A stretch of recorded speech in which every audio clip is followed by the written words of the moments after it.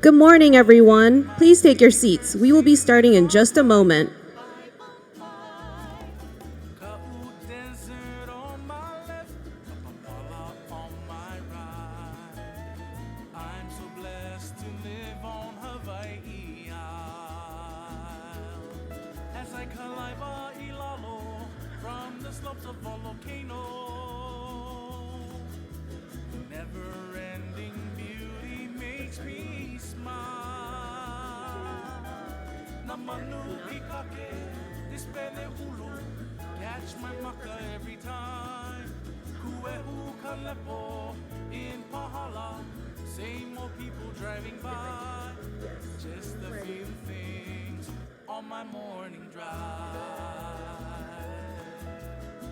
Please welcome Kumuhinale Moana Wangkalu, Ambassador for Hawaii Consul, to open our gathering with a traditional Hawaiian oli. O kauola e ke akua e nana mai ka mau pula pula e ola kaniko o aha umaka iole apala uhala Akau ka puane ane Alaila lave aku oe a ui te alo Wake e O hinui kalani e gini o ke akua mano ke akua Ke akua iluna, ke akua ilalo, ke akua iuga, ke akua ikai Mai nā kukulu o ka hiki a hiki Hawaii inui a kea Hawaii inui kua uli Hawaii ka hiki no kala Pi'i mai I hae hae O mala e la e kalania ike a kea o hea o ka mala malama Ho mai kalamo ka ike ka maupopo kea ka mai O mai ka ika hele ana ka noho ana ka hana ana O maluhia ke ola ana ka imi ana ka nawe ana I ke ola pono I pono mauna kuleana pau Mai na ele launa kua lono na kua hivi na kua mauna Mai kaulana kalai le hua hoi papahana o moku a kea He kai a kea nalunu a kea moana nui a kea Wa I kea hoi ke ala nui o ka iini ka nuu e kulia mauai O halia ku nei leo I kamakani nui, kamakani iki, kamakani hea hea au mākua nā ki a I o ka pō me ke ao. No u kana au ao, kana au haa haa, kana au pono, kana au mae mae, kana au aloha ke aloha o nā kūpuna.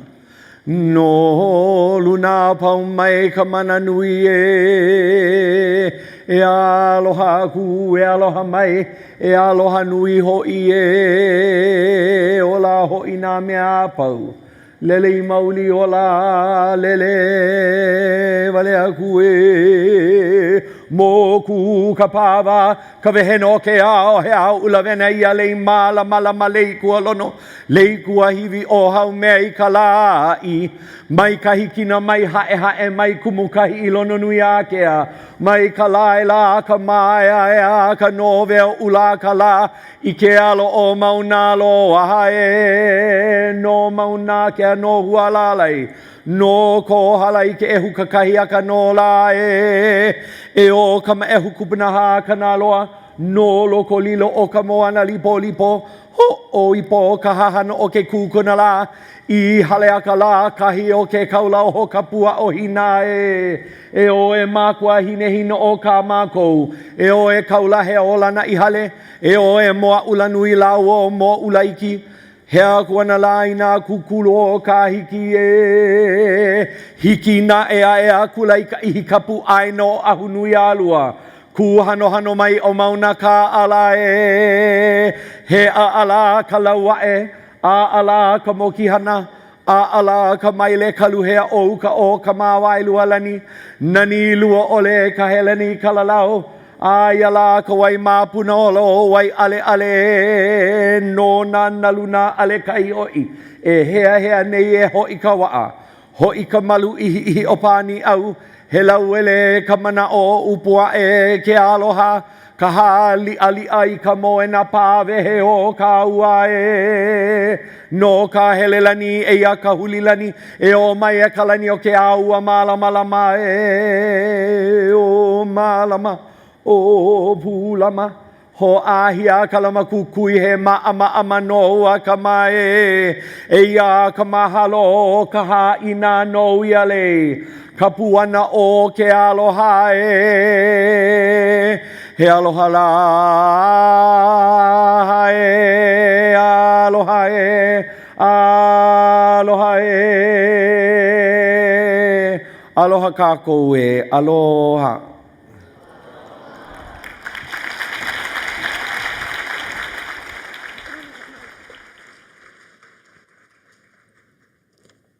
Please welcome Yunji Denise from Hawaii News Now and PBS Hawaii. Well, aloha. Good morning, everyone. So good to see all of you, and mahalo to Hina Wangkalu for grounding us in place. You know, here in Hawaii, place is so important, and those protocols are so valuable because they remind us of where we are, the sacredness of this land and this place that we are all gathered today. We know that all of you have come here together to do important work. We are so grateful for the relationships that we have and that we continue to build on today. It was such a beautiful Oli, and so it's such a wonderful way to start our morning together. Welcome, of course, to the U.S.-Japan Council's signature event, and that is the annual conference. This is the 14th annual conference back here in Hawaii, of course, the place, the home of our founder, Senator Daniel K. Inouye, whose legacy continues to inspire all of us and continues to move us forward in the work that we are all doing to strengthen this relationship between the United States and Japan. We have 650 registered attendees today. That is amazing. So wonderful to have all of you with us. More than 65% of you have joined us from outside of Hawaii, so welcome. Thank you so much for making that journey and for being here. We really appreciate your in-person presence. Delighted to share that 35% of you are attending for the first time. Those first-time attendees can be identified by that hibiscus on the badge. So if you see someone and they are new, make sure to welcome them. And if you're a newcomer, make a new friend. We have a lot of wonderful work to do together, and we of course want those new folks to feel welcome and to really engage with us. Something else, you can feel the energy in this room today, and that is because 30% of our participants are under the age of 40. So wonderful to have all of that dynamic young blood in our midst today. And that really is a testament to the power and the strength of this organization, to how it will move the cross-generational engagement that continues to propel this organization and these relationships forward. We want to extend our big mahalo to Ambassador Shigeo Yamada for joining us for the alumni reception, the VIP and sponsors dinner, and the USS Missouri before he had to return to DC. We're so grateful that he was here, and of course, his presence just shows the importance of this organization and this conference. The conference theme is Bilateral Strength in Action, Charting New Paths for Global Peace and Prosperity. That is particularly timely right now as we see shifts in leadership at so many levels and policy priorities in both countries shifting, creating new challenges, but of course in those challenges we find opportunities for renewed relationships, for growth, and for deepening strategic collaboration. As was mentioned, I'm Yunji Denise. I'll be with you throughout the day. I'm so honored to be your MC for this very important session. Before we begin, just a little bit of housekeeping. We have the presentations today presented both in English, of course, and Japanese. The translation is available. The headsets can be found out in the foyer if you need one, and that information there on the channels, there should be, there we go, here it comes. The interpretation there is you can follow the instructions there. Headsets are found in the foyer. The channel information is on the screen. Remember to carry that headset throughout the day, and please return it at the end of the day. We do need those back. Internet access is available throughout the venue today. The information to log in is in your booklet and also on the screen. And while you're online, get social with us. We welcome you to share what you're learning today with your friends and colleagues who may not be able to be here to build on this excitement and to really broadcast the work that's being done here around the world. So whatever your social media is of preference, whether that's LinkedIn or Facebook, Instagram, tag us USJCAC 2025. Use that hashtag and take advantage. You can see there's beautiful little places where you can take a photograph, very Instagrammable, and the lighting there too is very nice. There's also another really special hands-on way to be a part of this experience today, and that is to engage in folding origami cranes. We will be folding 1,000 cranes to commemorate the 80 years of peace between the United States and Japan. As we all know, the crane is a long-standing symbol of peace, hope, and healing. And our goal is to create 1,000 cranes as a community to be displayed at the Children's Peace Monument in Hiroshima, Japan. Origami packets and instructions are available at the registration table throughout the conference. I would venture to guess that a lot of you in this room know how to do this without those instructions. It might be a fun exercise to do with a friend. We have a very robust day for you planned today. In the ballroom, we have, of course, our sessions today, and then we'll have these concurrent breakout sessions. Make sure to take a look in your planner and pick the one that best suits you. Now, without further ado, we want to welcome Audrey Yamamoto, President and CEO of U.S.-Japan Council. Please join me in welcoming her now.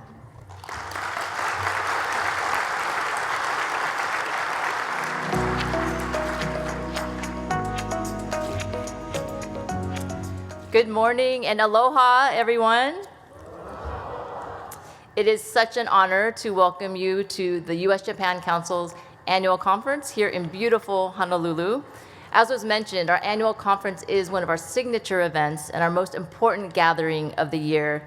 It's where ideas are born, new connections are made, and existing ones are strengthened.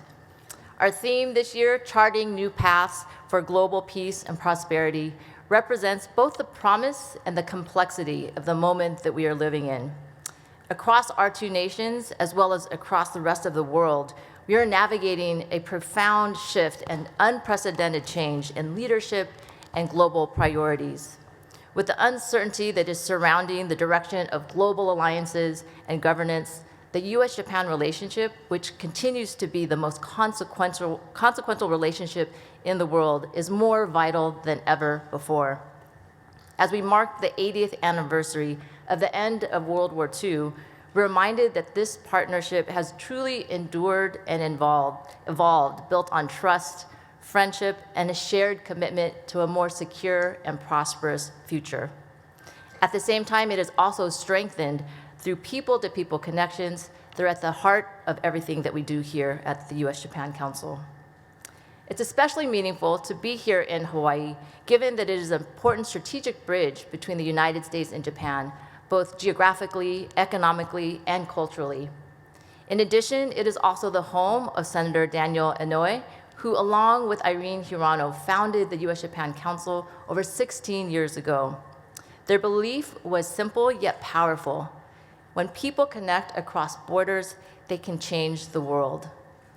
That belief remains at the heart of our mission today, which is to cultivate and connect leaders in both countries who are committed to strengthening our global partnership.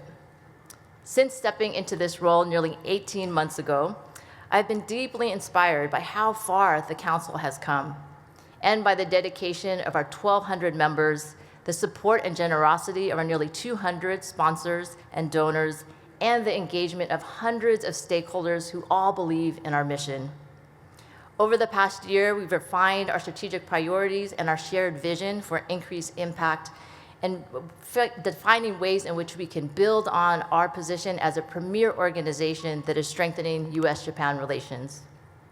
At the center of this effort is our U.S.-Japan Leadership Institute, which focuses on two key areas.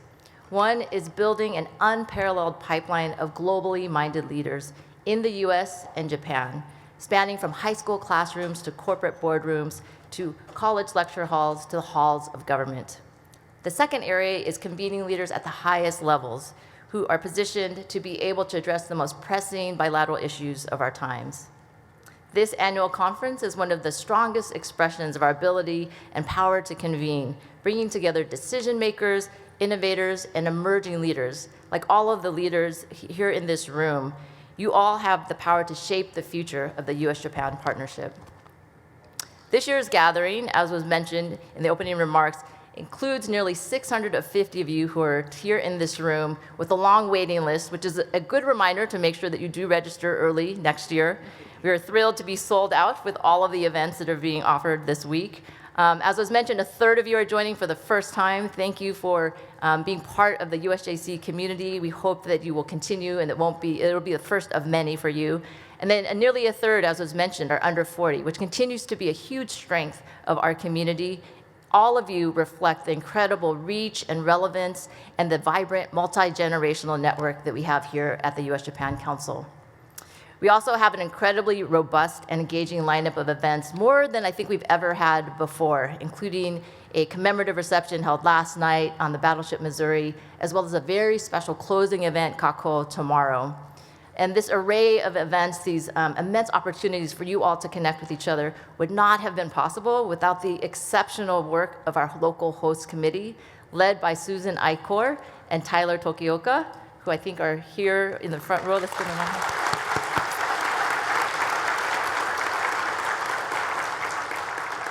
As well as an incredible group of 40 volunteers who raised their hands to be part of this host committee, which also is historic for us and unheard of.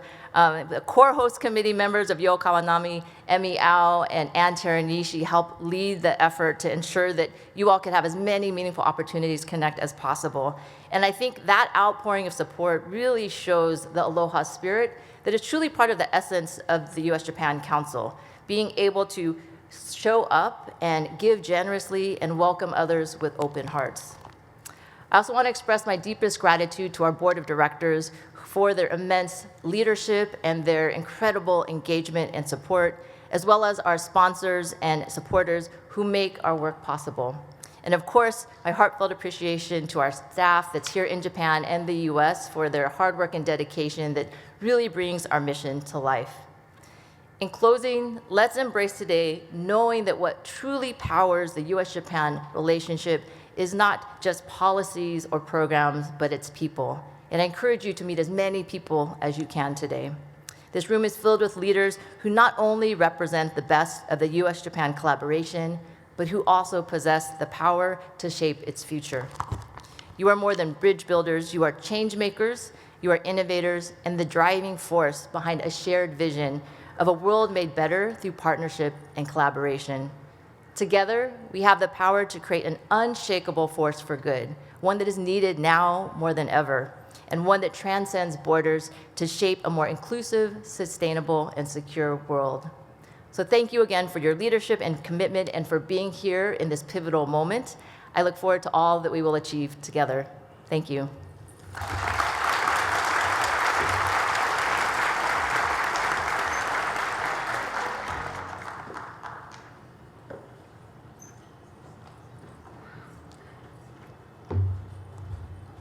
Thank you so much, Audrey. These folks are setting the stage for what is going to be our first discussion this morning, and it's going to be a great one. We are honored to welcome leaders from a diverse set of sectors, highlighting the enduring strength of our bilateral relationship. It really is a model for fostering peace and prosperity, which I know is something that we all share as a goal in this room and in our wider communities that we all come here representing today. Over the next two sessions, we're going to dive more deeply into the theme of the conference that Audrey laid out, talking about the geopolitical and economic security of both nations and how that pertains to the wider world. To lead us into that first theme, please join me in welcoming retired Lieutenant General Leaf of the U.S. Air Force and Suzanne Vares-Lum, Director of the Daniel K. Inouye Asia-Pacific Center for Security Studies. Let's welcome them now.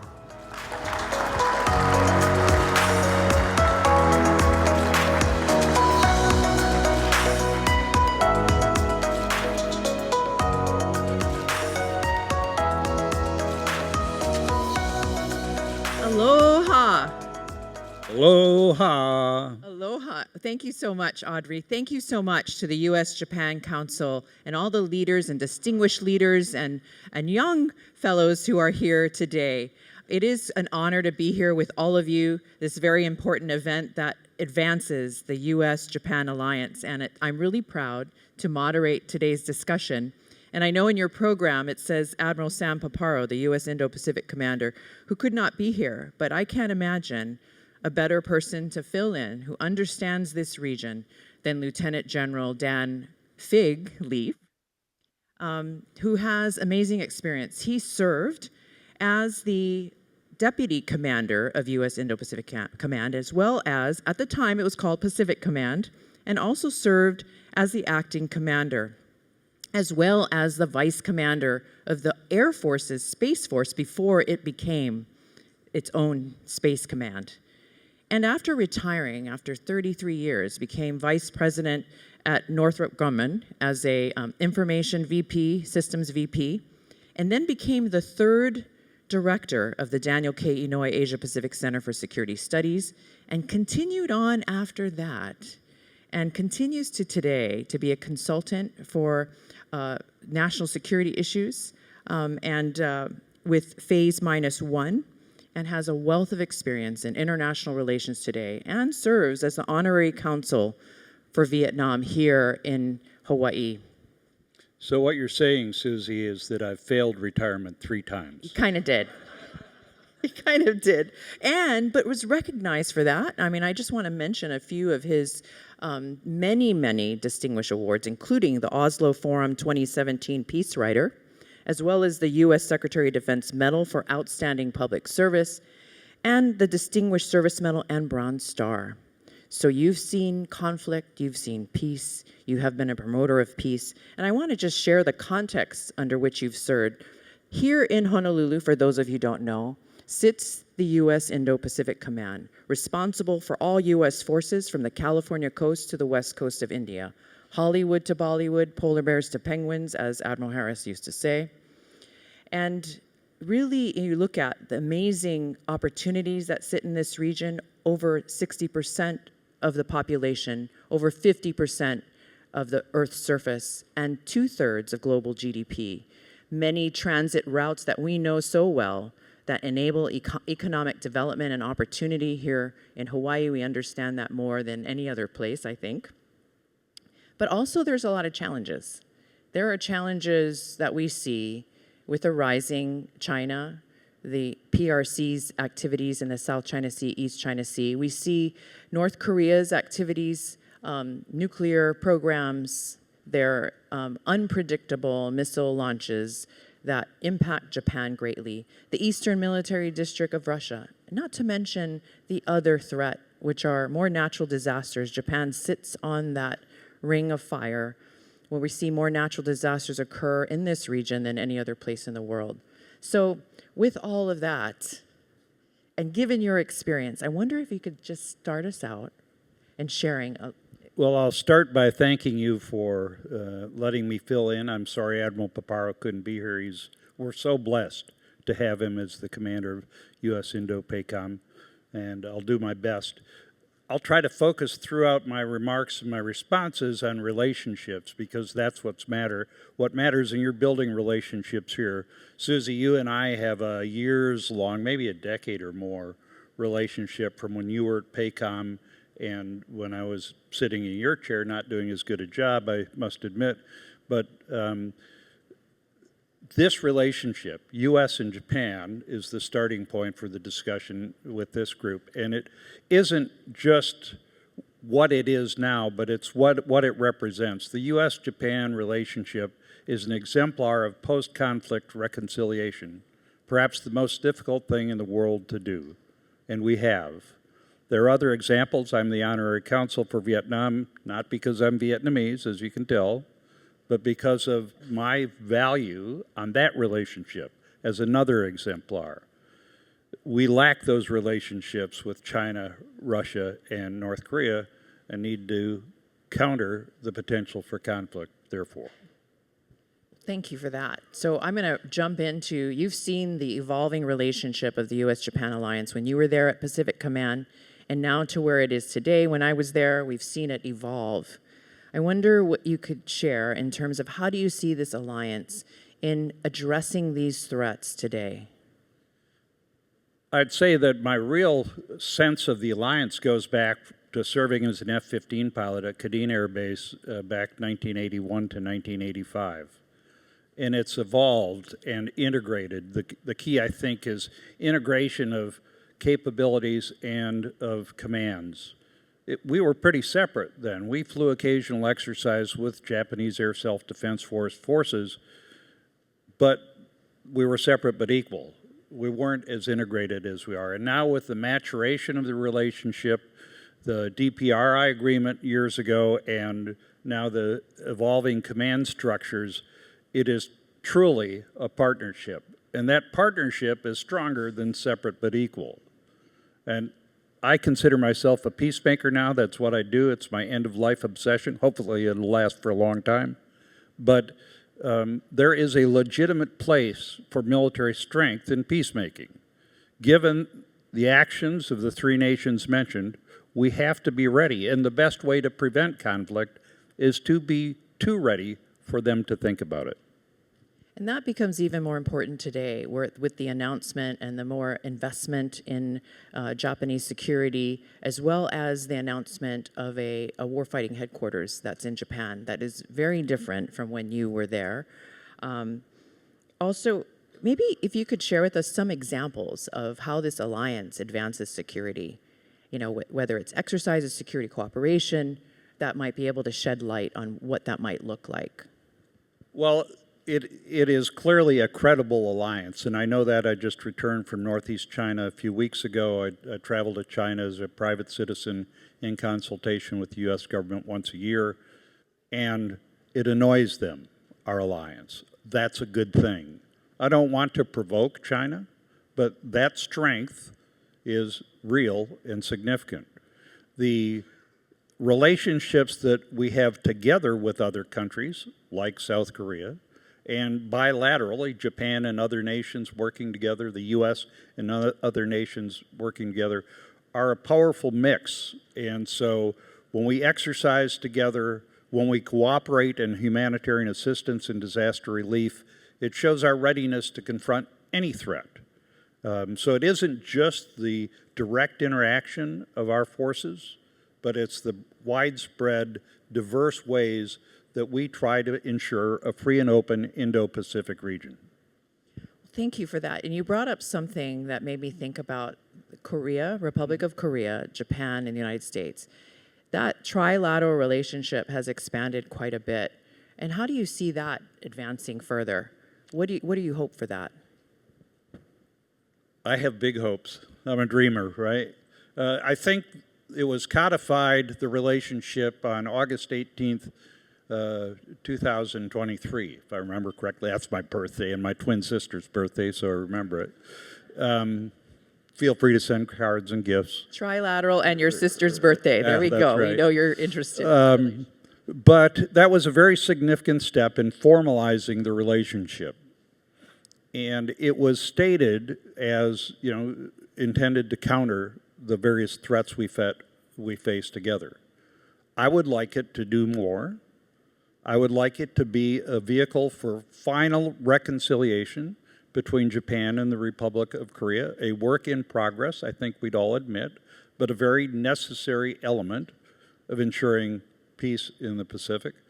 And in my dream world, because I care a lot about North Korea matters and think that it's a very dangerous threat that we have to take action on and not just wring our hands about, I would like to see it as a vehicle for a constructive and principled approach to the North Korean problem that leads to eventual reconciliation on the peninsula. That's a big job, but it needs to be done. Well, thank you for that. There are also other multilateral arrangements that the U.S.-Japan alliance can continue, whether it's Squad, Quad, security cooperation in the region. I wondered if you could pull that back a little bit. Well, I just think of it as a fabric, right? And the pattern in the middle of the shirt or whatever is U.S., Japan, and then Korea, and then Australia, and India, and all the other nations we work with. But all of the relationships that each of our countries build with each other and then jointly or unilaterally with other security partners are tough for any adversary to tear. And they know that. China rails against the U.S. alliances, and I assure them, we're not coercing anybody to let the U.S. in the Pacific. We're a Pacific nation, and we're drawn there because of our shared principles and our shared concerns. And you mentioned Pacific. That makes me, we're in the middle of the Pacific. Pacific Islands, we've seen an increase in Japan's engagement in the Pacific, and Hawaii plays a role in that as well. And as well as Southeast Asia, ASEAN. I wondered if you could share your thoughts on security cooperation that is expanding from Japan and the United States.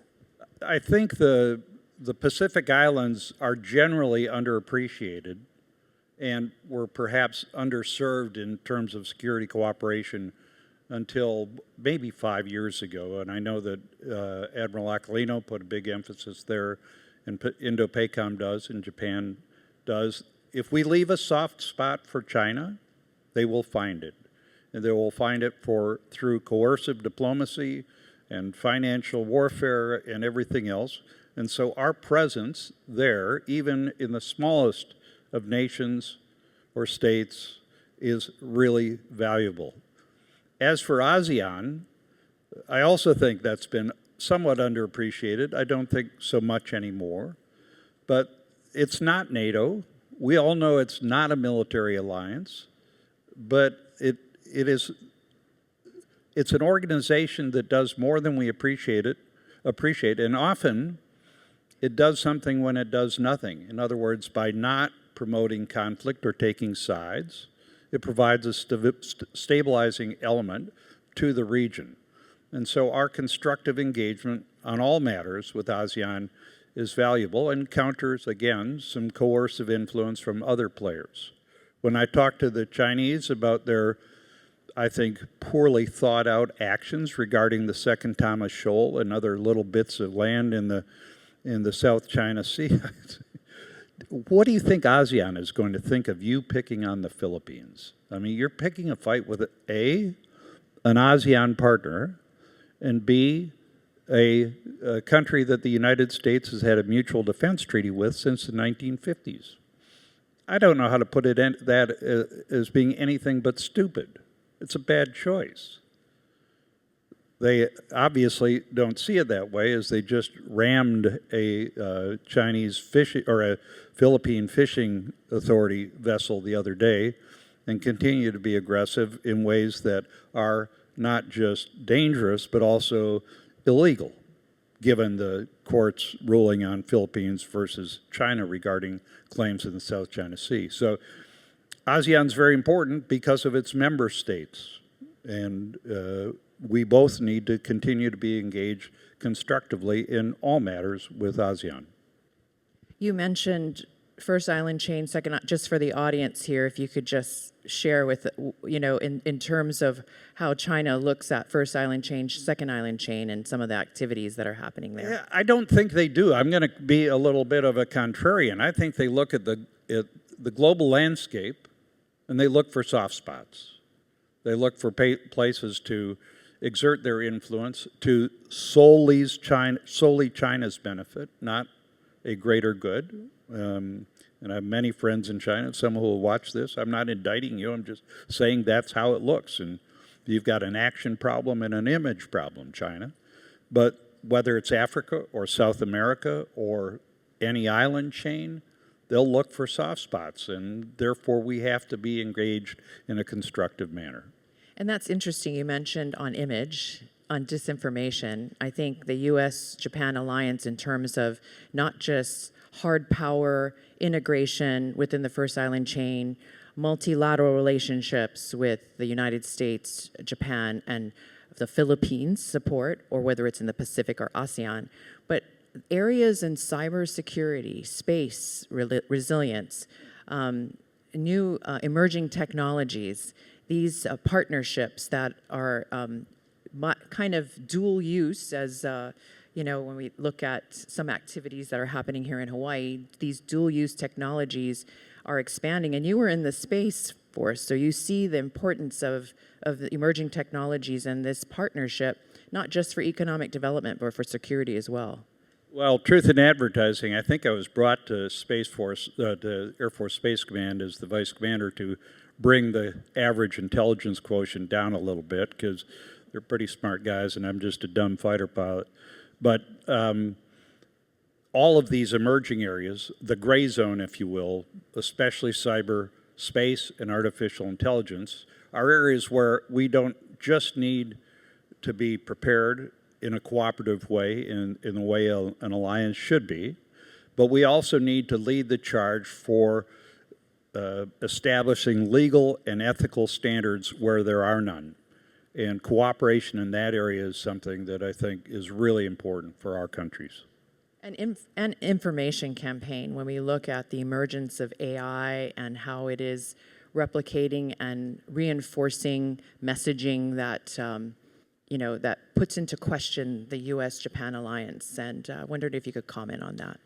Well, I think it's a reality. I also think, and I am not a soothsayer by any stretch, I think that's going to play out. Artificial intelligence isn't, cyber isn't, but the world is adapting to the limited credibility of information warfare. We still have to counter it. We have to have our own message, and I'd say counter it indirectly by our own positive, accurate, and truthful messaging, and not chase it, and certainly not engage in anything in the way they do.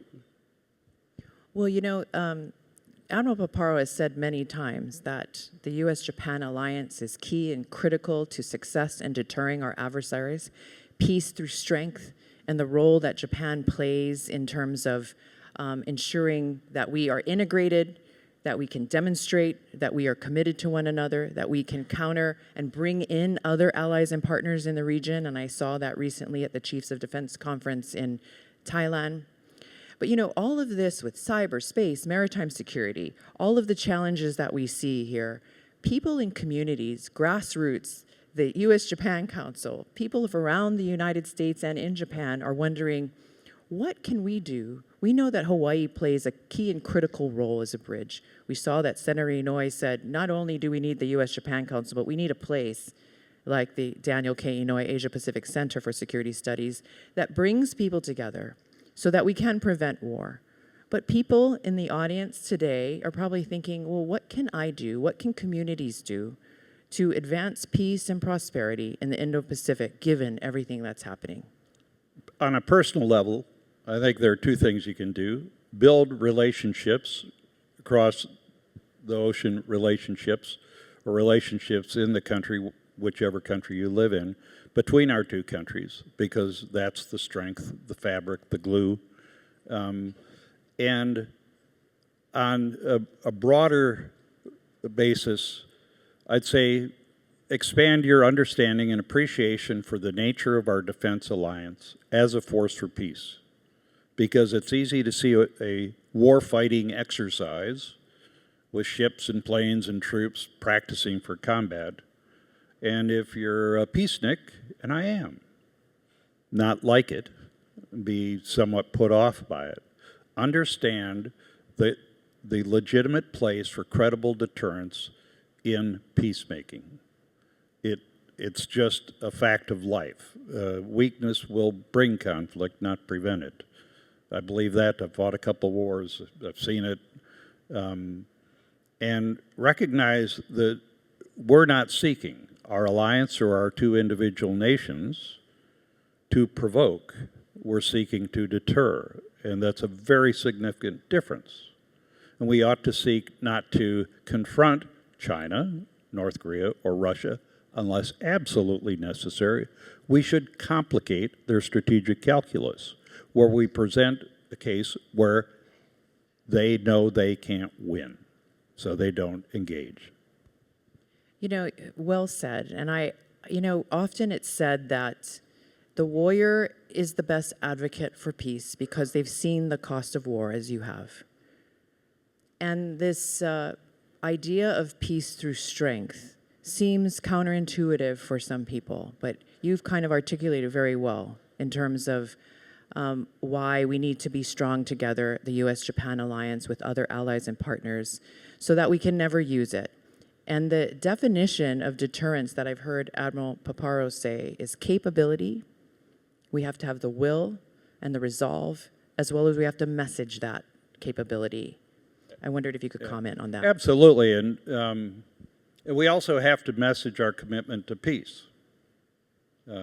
President Trump, this is not a political statement, does it all the time. He claims to be and has demonstrated some performance as a peacemaker president.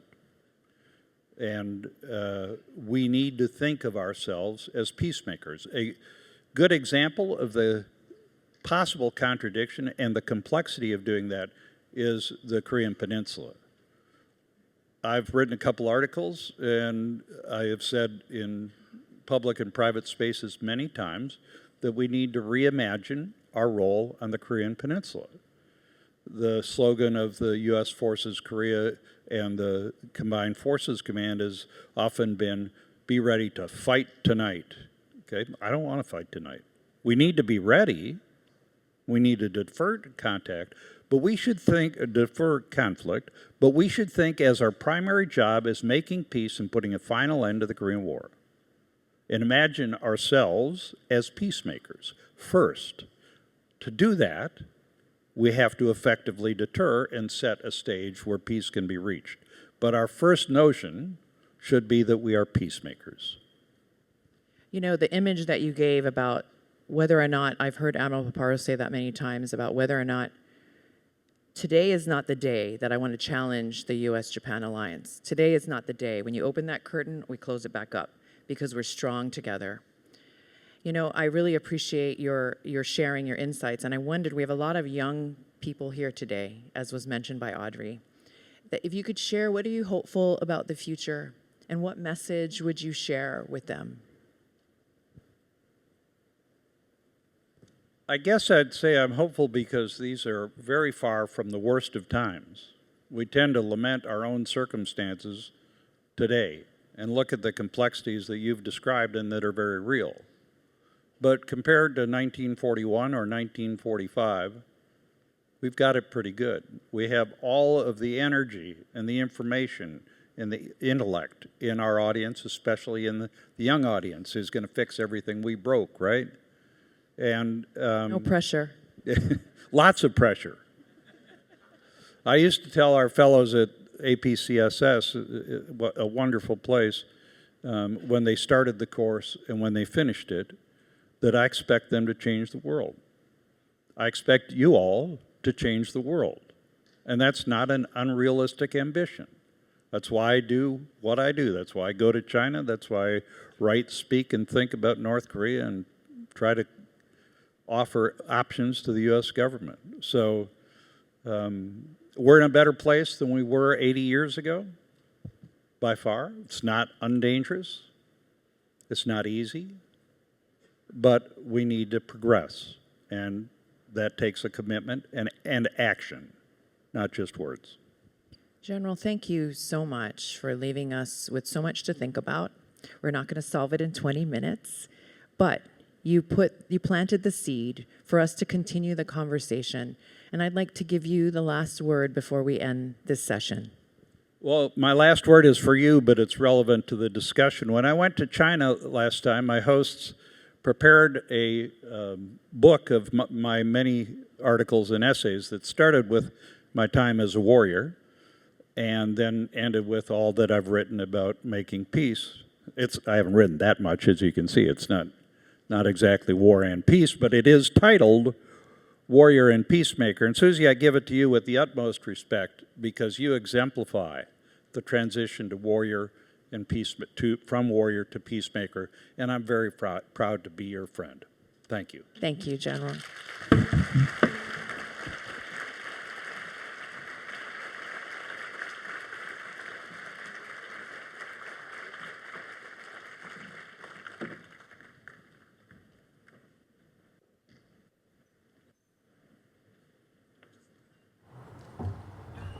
Can we please have another round of applause for our amazing speakers and that beautiful message?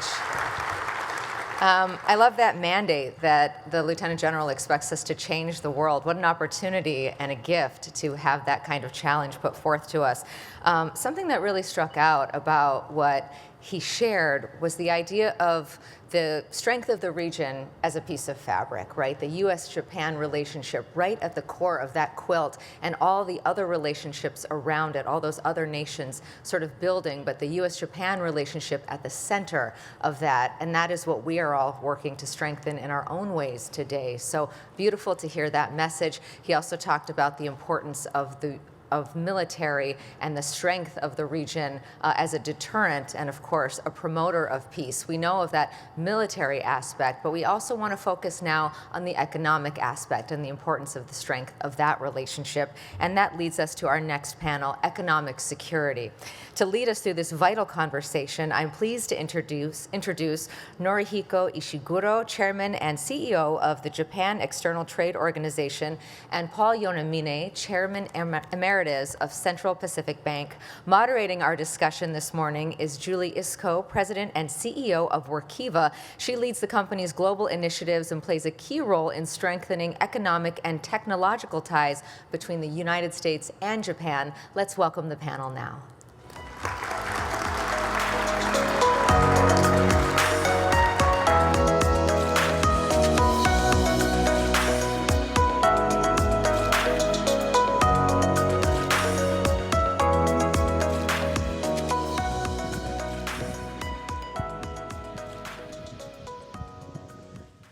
Well, hello, good morning. We want to say it is a privilege for all three of us to be here today, Honolulu, and particularly a privilege because of the topic, so incredibly relevant for us today, and because of the pivotal time in the relationship between the U.S. and Japan. The topic of our session today is really around strategic partnerships and economic security. And these two concepts, until not long ago, really lived primarily in the area of diplomacy and policy. But today, they're squarely in the office of the CFO, CEO, boards, and really business leaders like us. Why is that? Well, because of all the changes in the world, the shifts in regulation, the uncertainty, sustainability, AI, energy security. I mean, the list goes on, and I think we're pretty familiar with those as business leaders. They're not just buzzwords and buzz phrases. They truly are our business realities today. And they really do shape resilience, they shape our competitiveness, and they shape trust between the U.S. and Japan. I have with me today two distinguished panelists, and they both offer unique perspectives on the topics we'll be discussing today, on how companies are responding in this new era. So I'd like to welcome here, we have Norihiko ISHIGURO and Paul Yonamine. And just to let you know how esteemed and distinguished these two are, I'm going to read you their bios. Ishiguro-san is the Chairman and Chief Executive Officer of the Japan External Trade Organization, JETRO, and the organization's mission is to promote global trade and investment, foster innovation, and support the international growth of Japanese companies. Prior to this role, he served as Senior Executive Vice President of NEC Corporation, where he led strategies to advance Japan's digital and green transformations through technologies such as 5G, AI, and IoT. Ishiguro spent more than 3 decades with Japan's Ministry of Economy, Trade, and Industry, holding senior positions in trade, industrial policy, and international economic strategy. He served as Vice Minister for International Affairs and Director General of the Economic and Industrial Policy Bureau playing key roles in major trade negotiations, including the EU-Japan Economic Partnership Agreement and the Trans-Pacific Partnership. A graduate of the University of Tokyo, ISHIGURO-san is widely recognized for his leadership in advancing Japan's global competitiveness and economic diplomacy. And Paul K. Yonamine is Chairman Emeritus of Central Bank, Pacific Bank. Prior to this role, Paul was the bank's Executive Chairman and Chief Executive Officer. He's held various leadership positions in the United States and Japan over 4 decades, including President and Country General Manager of IBM Japan, President of Hitachi Consulting Company, Chairman of Bearing Point Asia Pacific, and President of KPMG Consulting Japan. Paul currently serves as the Special Advisor to Governor Josh Green of the state of Hawaii and on state matters related to Japan. He also serves on the board of directors of the Sumitomo Mitsui Banking Corporation, SoftBank Group's PayPal Corporation, and 7 & I Holdings, the parent company of 7-Eleven globally. He is the past board chair and a member of the Board of Counselors of the U.S.-Japan Council. Paul was born and raised in Tokyo, Japan. Now, my goal here today as the moderator is really to help us move beyond the headlines and explore, again, how companies are responding in this new era and responding to what's going on around us. And we'll talk too about, how strategy and governance and partnerships are evolving. So let's start in on the first topic, which is just economic security. What is it? What's the definition and the perception around it? And I'm going to start with you, Paul. When we talk about economic security, in this new era, as I've described very briefly, what does it mean to you in practical terms? Sure. And you can touch upon this around companies and governments and partnerships between the U.S. and Japan as well. Thank you, Julie, and great to be here today. Thanks for having me. Let me talk about economic security as it relates to Japan. And and for Japan, for economic security, it's going to become extremely important for the country and also the private sector to become more globally competitive and resilient. And that resilience is what is going to allow Japan to maintain, its culture, its customs and traditions, its core values, despite whatever foreign or global pressures, there may be. Let me try and drill down on that with a personal example. So as you mentioned, I'm currently on the board of 7 & I Holdings in Japan. It's the 7-Eleven company with roughly 85 billion in revenues and 90,000 stores around the world. And I've really enjoyed that association for the last 3 years. It is the largest convenience store chain in the world.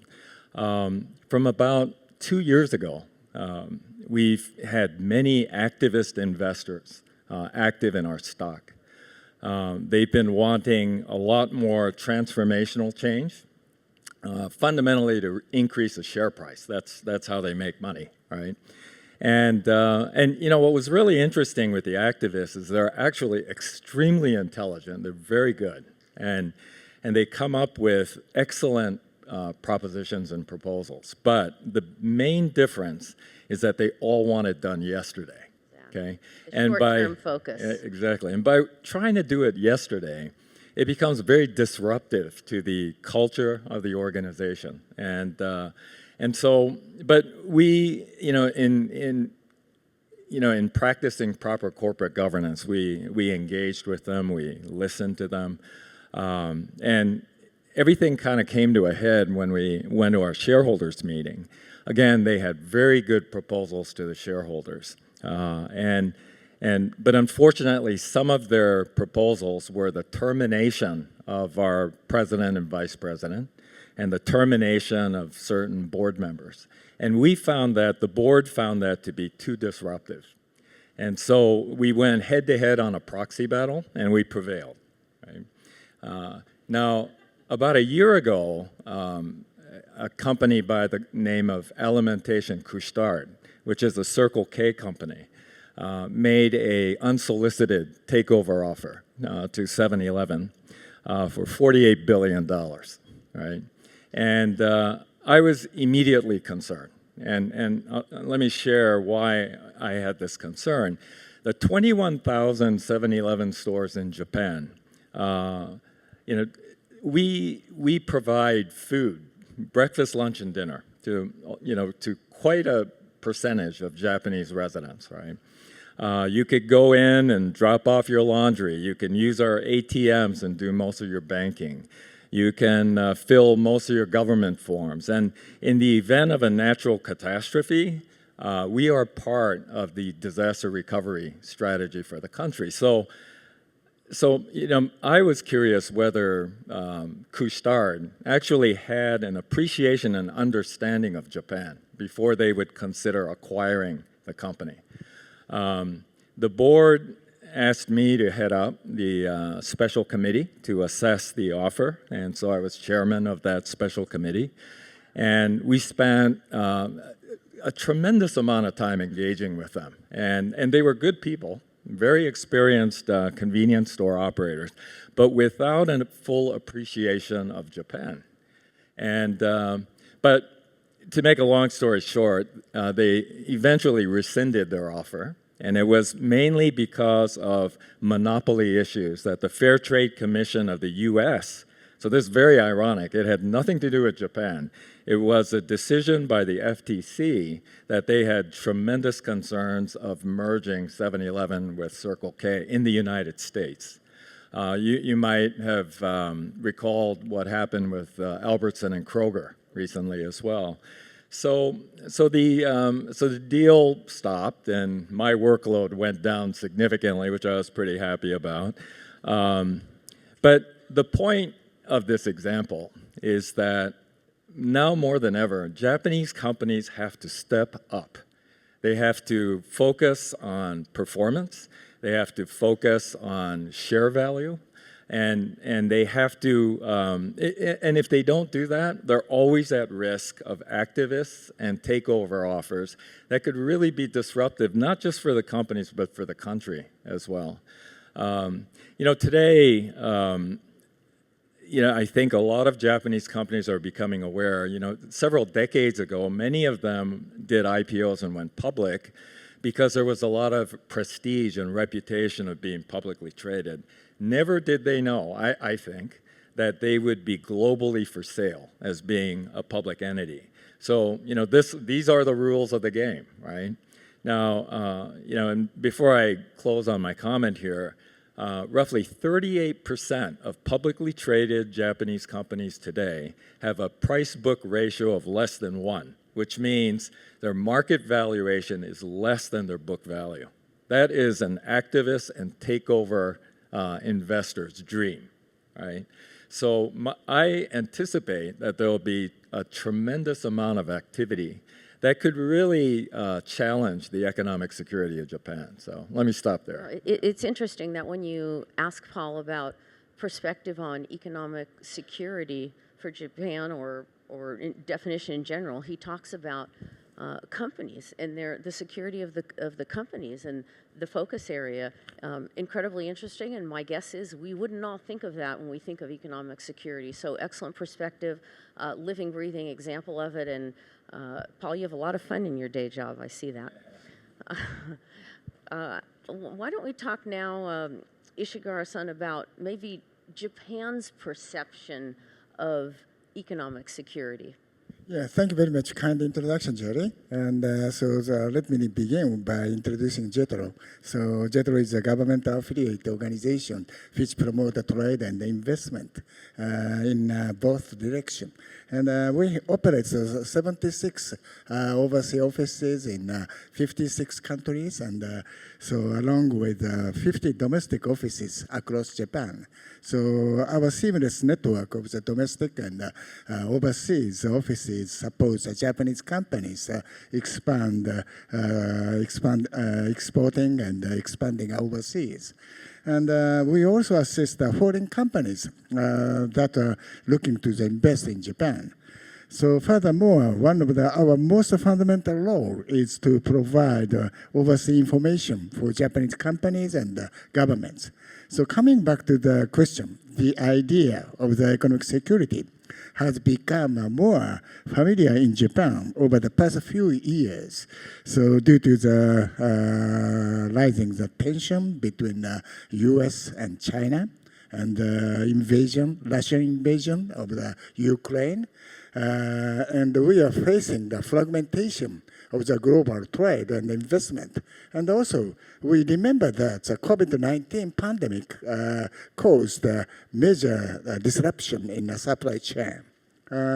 So in response, countries like United States, China, and Japan are taking steps to strengthen the economic resiliences. Japan is working on reduce dependence on foreign sources by critical sources such as semiconductor, pharmaceutical, and so on, in order to build a stable domestic supply system and increase economic autonomy. So in addition to that, we are enhancing industries where Japan has a competitive edge in order to create situations where other countries became dependent on Japan's capability. So typical example of the which has a competitive edge of Japan is semiconductor manufacturing equipment industry. So we are enhancing these kind of the industries to create a situation where the other countries are depending on the capability of the Japan. And so we'd like to create a situation with the indispensability in Japan. So now, strengthening the both strategic autonomy and indispensability is now considered critical from the perspective of the economic security in Japan. Understand. Thank you. And you're explaining around how the countries are responding and vice versa. However, can we talk a little bit about, if I stay with you, ISHIGURO-san, could we talk a little bit about how companies are responding and maybe bring in, the role of information and learning that JETRO provides? I think that would be interesting for all of us to understand the role that JETRO plays in this and how the companies themselves are responding. Okay, so according to the recent JETRO survey, so 57% of the Japanese companies said that strengthening information gathering is their primary response to the deal with geopolitical risks. And 72% identify U.S. export administration regulation as the most sought after information. In light of this, so let's take a look at this history of the Japanese companies expanding overseas. After the China's reform and opening in the 1980s, Japanese investment in China kept increasing. From the 2000 to 2010, Japan invested over $10 billion in China every year. So later, it declined due to the tension between the U.S. and China grew and China's economic slowdown. So last year, it dropped just $2 billion.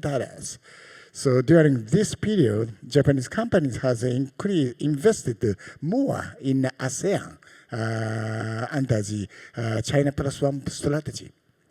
So meanwhile, investment in the U.S. began growing in the 1990s, so reaching around the $10 billion to avoid the strong yen and trade friction. And after 2010, it grew rapidly last year, so it exceeded the record high, $85 billion. Over the long run, it is clear that Japanese companies are diversifying their supply chain and response to the changing the geographical risks. Recently, so Japanese companies' interest in expanding into China has declined.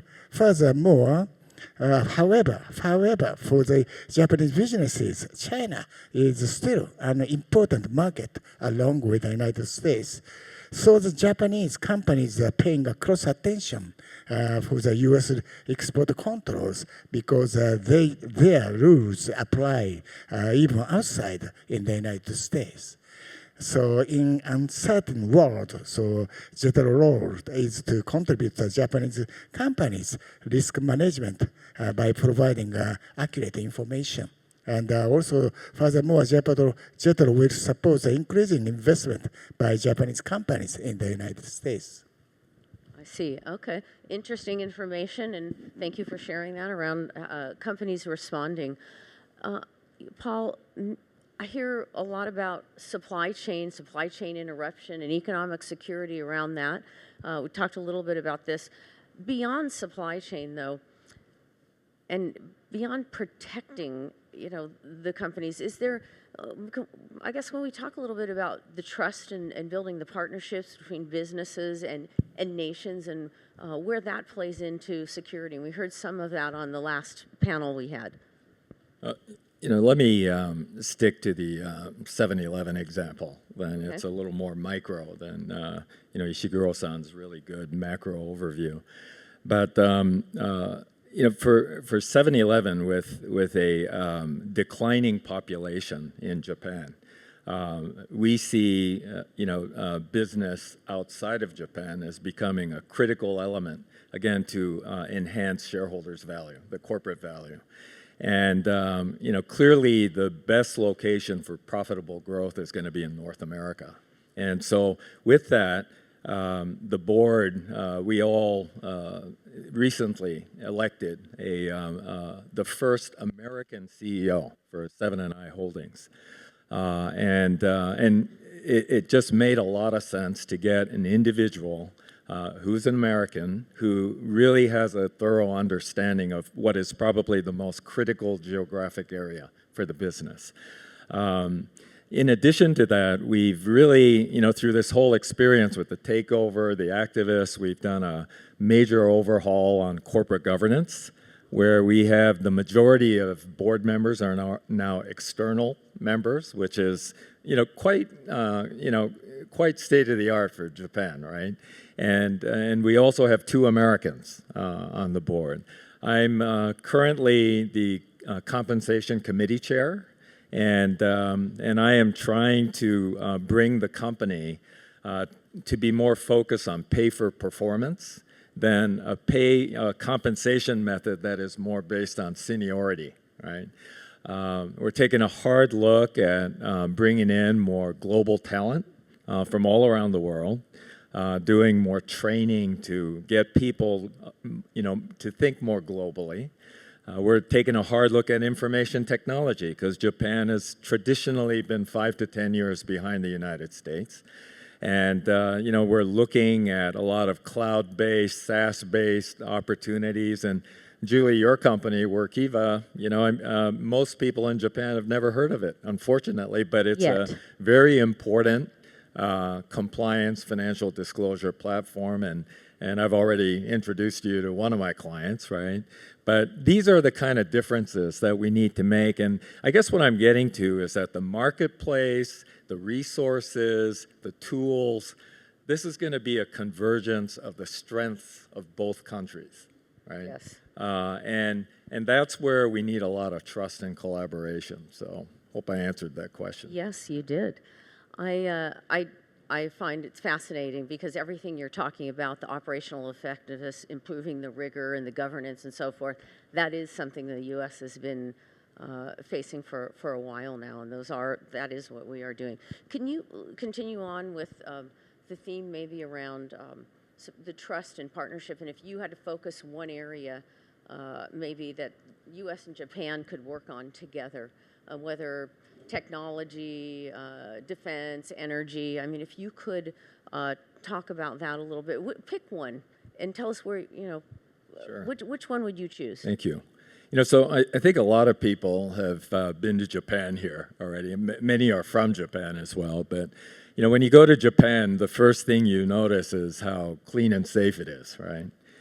Next thing, maybe some of you may have noticed, there are no potholes in the roads, right?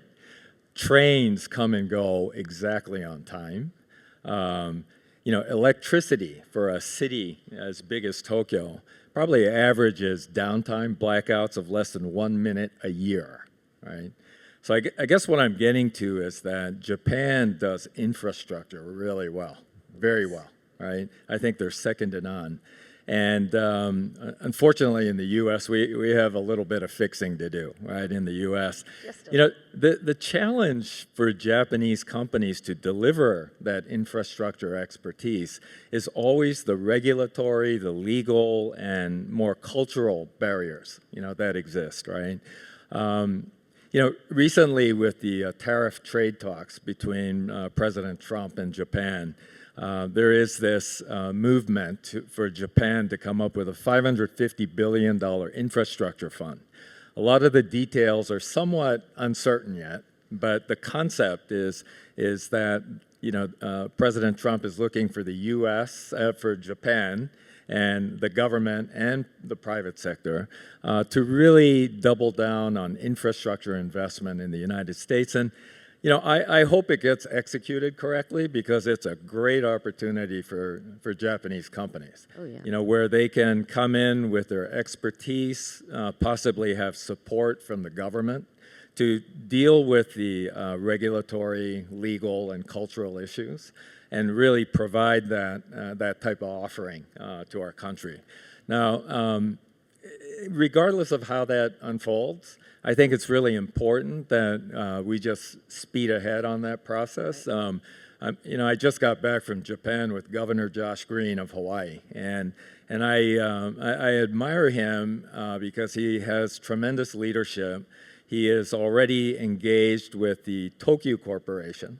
And we have some people here today, and Tokyo is starting to help us on transit-oriented development around our Honolulu skyline, because they are the experts in the world, right? The governor also just signed a strategic partnership agreement with JERA of Japan, which is a joint venture between Tokyo Electric and Chubu Electric, to really address cost reduction and also decarbonization solutions for Hawaii, right?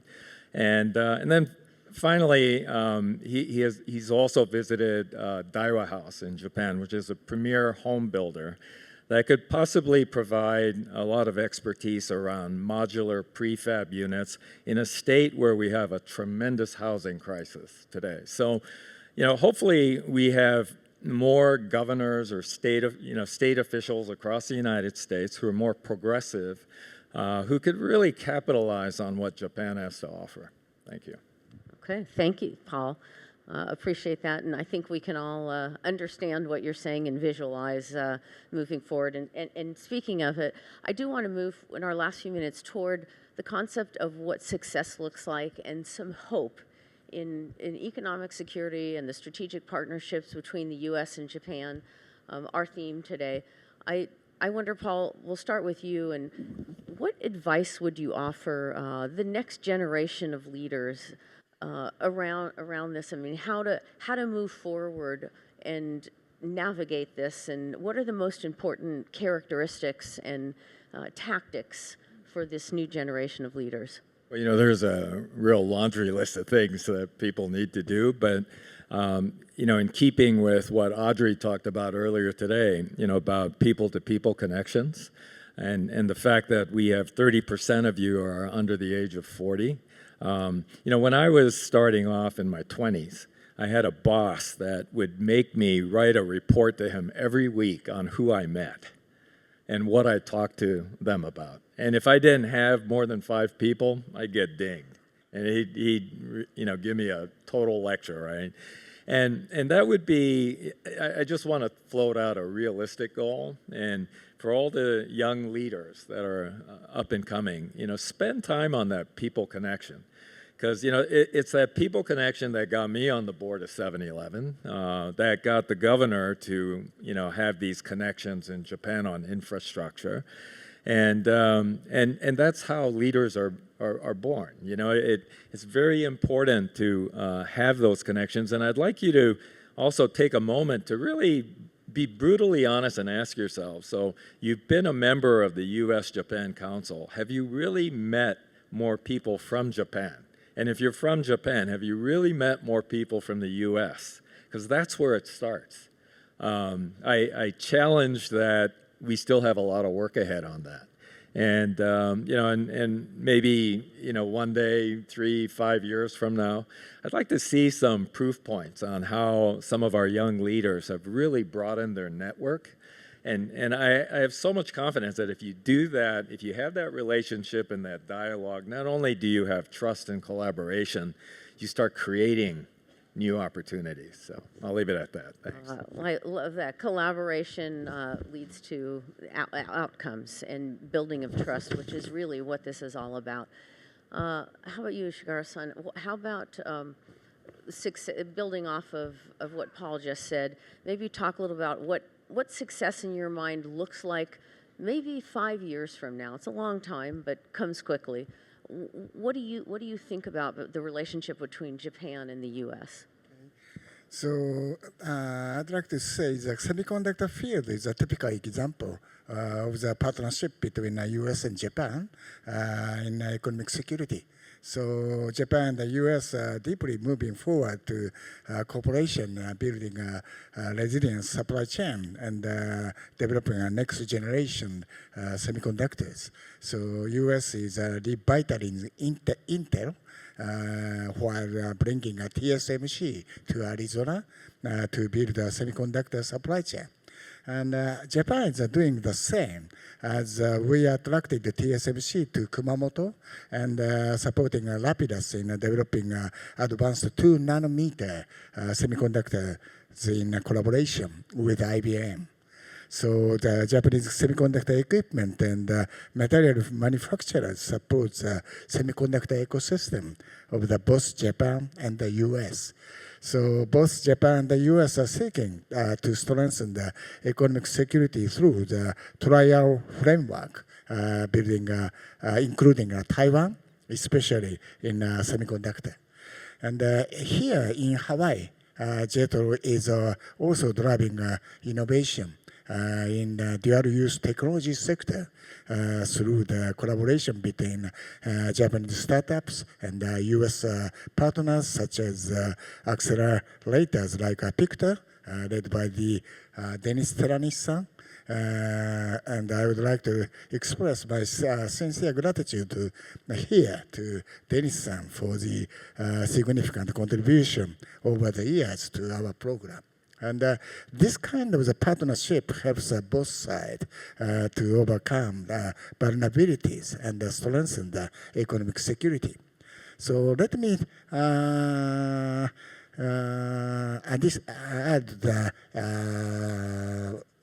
my favorite example of the partnership between U.S. and Japan. So I'd like to mention about Shohei Ohtani, and he is a very good example of the Japan-U.S. cooperation. So he has incredible natural talent in baseball. But more than that, so he shows respect and fairness towards the opposing team and discipline to stay in top conditions and dedication to his team. So he shown the samurai spirit like Ichiro and Matsui did. And Ohtani is now not only contributing to the Dodgers, but also having the positive impact on the baseball in both Japan and the United States. So these values, so respect, discipline and fairness and teamwork are also part of the Japanese-American spirit. So the trust-based partnership is founded. These values become a legacy that people will remember for generations. So I hope the next generation will build this kind of the partnership. Thank you so much. So much in there for us to take away, so many actions. I want to thank you both for your very thoughtful insights, and I'd encourage all of us here to do what is being modeled here today from our two panelists, really staying connected, staying informed, staying open, collaborating, and really building bridges, because economic security is truly about these comes from these trusted partnerships, and I think we've heard a lot of excellent examples today of how that can be done today, but also in the future, giving us a lot of hope. So thank you both for your time and your comments, and thank you all for participating in this important dialogue. Thank you.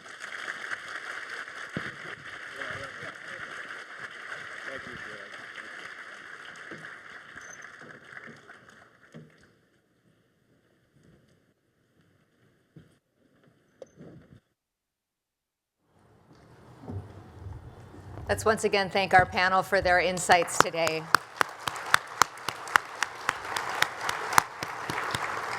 We really heard that mandate from Paul Yonamine and from Lieutenant General Leaf about the importance of strengthening these relationships, and an invitation to connect with old friends. We know we all love to do that in this space, but really also to make some new ones.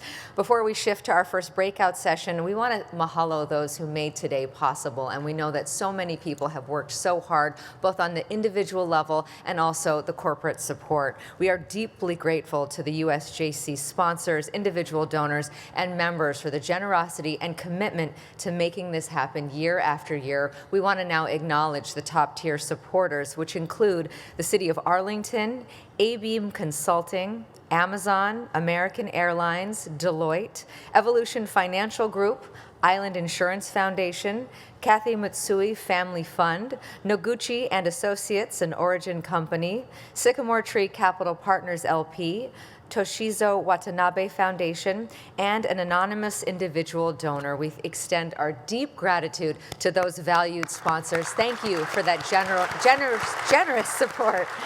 That really enables us to cultivate these connections and all that we've been talking about this morning. Thank you for your strength in this global partnership. In addition to those sponsors, we also want to acknowledge the State of Hawaii, DBED, Department of Business, Economic Development, and Tourism, and our partners at Pitcher for their support as well. Starting at 11 o'clock, we have 3 great breakout sessions. It's hard to choose which one. You can read a full readout on what those conversations will be in your program. Those are first come, first seated until the room fills up. No need to stampede, there will be room, but do make your decision and make your way there. If you did borrow a headset and you're leaving the conference for a time now, please do drop that off. We'll have those in the foyer as needed.